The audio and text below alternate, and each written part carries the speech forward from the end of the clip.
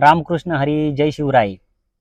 माजी कृषी मंत्री यांचं पद जाऊन 3 महिने झाले. अद्यापही त्यांनी सातपुडा नावाचं शासकीय निवासस्थान सोडलेलं नाही. त्यामुळे त्यांना 42 लाख रुपये दंड झालेला आहे. हे 42 लाख रुपये झालेला दंड माफ करण्याचा अधिकार मुख्यमंत्र्यांना आहे, परंतु मुख्यमंत्र्यांनी तो माफ करायचा की नाही ते ठरवावे. सरकारी तिजोरीतले 42 लाख रुपये सोडून द्यायचे की वसूल करायचे हे त्यांनी ठरवावे.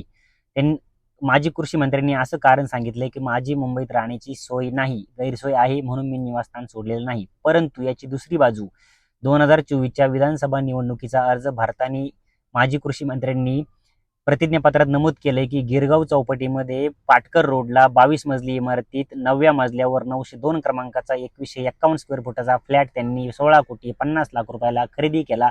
तो त्यांच्या आणि त्यांच्या पत्नीच्या नावावर आहे. दुसरी बाजू त्याच फ्लॅटला त्यांनी 10 कोटी रुपयेही खर्च केलेला आहे, हे त्यांनी प्रतिज्ञापत्रात नमूद केलेलं आहे. आता त्यांचा 42 लाख रुपये दंड माफ करण्याचा विषय आज देशातले आणि राज्यातले नागरिक त्यांची काय अवस्था आहे, शेतकऱ्याची अवस्था काय आहे, कष्टकरीची अवस्था काय आहे, विद्यार्थ्यांची अवस्था काय आहे, अशा अनेक समस्या आहेत. आज देशावर कर्जाचा डोंगर झालेला आहे. आज नागरिकांना मूलभूत सुविधा मिळत नाही शासन प्रशासनाकडून. नागरिक रोज पडतात, मोडतात, उठतात आणि जगतात. याकडे शासनाचं दुर्लक्ष आहे.